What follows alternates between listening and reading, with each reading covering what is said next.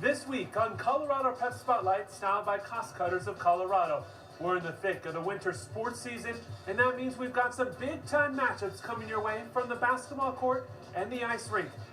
We'll spend some time with the ladies basketball team from Grandview, which is off to another solid start as the Wolves look to defend that state title from a season ago.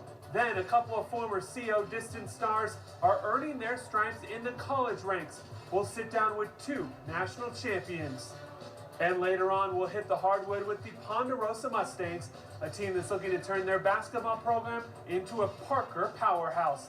Those stories and much more Colorado high school sports action are right around the corner as the spotlight is officially on.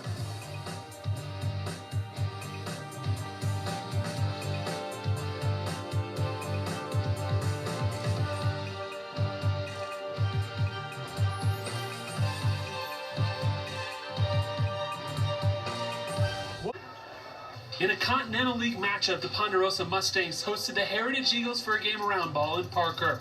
First quarter, dynamic point guard junior Luke Billy controls the tempo, which sets up a give and go for him to nail down a three.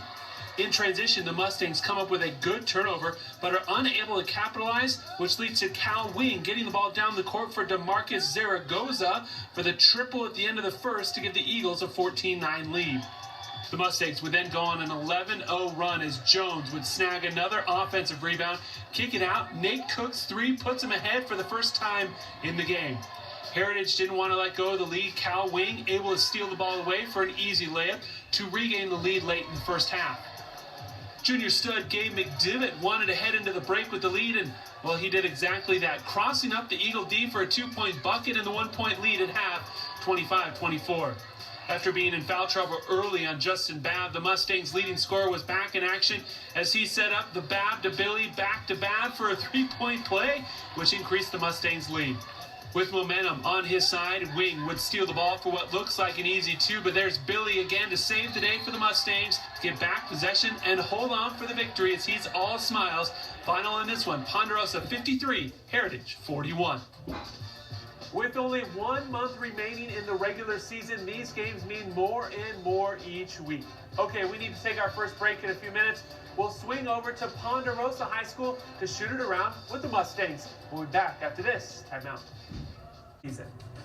When you think of powerhouse basketball programs in the state of Colorado, Ponderosa High School doesn't exactly come to mind, but Coach Max Schumann and his talented Mustang squad are certainly trying to change that. Darren Hagan has the story in this week's E470 Road to Success feature. Thanks. I'm Darren Hagan with the Ponderosa Mustang basketball team to tell you how this 4A school competes well in the 5A Continental League. In 3, 2, 1. In 2011, due to other schools being built in the area, Ponderosa dropped down to the 4A level, but remained in the tough 5A Continental League in almost all sports, including basketball. I think Ponderosa has just been in the Continental League for so long, and I think that we're hoping that we grow in the next couple of years, and so we'll be back up into that 5A classification. Being in the Continental League, one of the best leagues in the state, obviously helps us a ton. By the end of the year, we're completely battle-tested, and going into the 4A playoffs, we feel like we've played the best teams on our schedule so far. And it kind of helps, especially in the early rounds, we feel like we have a kind of advantage playing some of the better teams in the state. As of right now, 5 of the top 10 teams in 5A come from the Continental League, and 9 out of 10 would be in the playoffs if they started today. Really just playing against the top competition in the state, once 4A comes back around, really prepares us. Playing such a tough schedule in an elite conference helps prepare the Mustangs for battle in the 4A playoffs, as seen last year as Ponderosa, whom was the number 14 seed, took out number 3 Golden in the Sweet 16 on a last-second buzzer beater. It was a great team win, capped off with probably maybe one of the best plays I've ever seen with Matt Craig making in that game-winning 3. But I think just overall how prepared we were and how much we wanted to win that game is very important. I hope for the same success this year. Only a few players would return from last season, but Babb, Billy, and McDevitt gained a lot of playoff experience and have helped put the team in a nice position to return to the postseason, sitting at 9-6. We just know what our coach Max Schumann likes and what he wants us to bring to the table, so we try to bring that every single day in practice.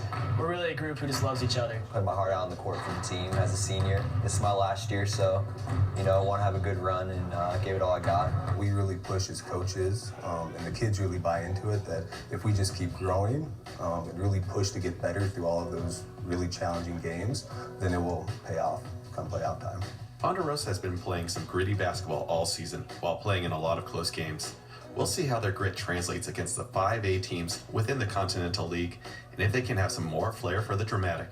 I'm Darren Hagan with the Colorado Prep Spotlight. We saw the Mustangs take care of business earlier in the show, so keep an eye out for Pondo as the playoffs approach.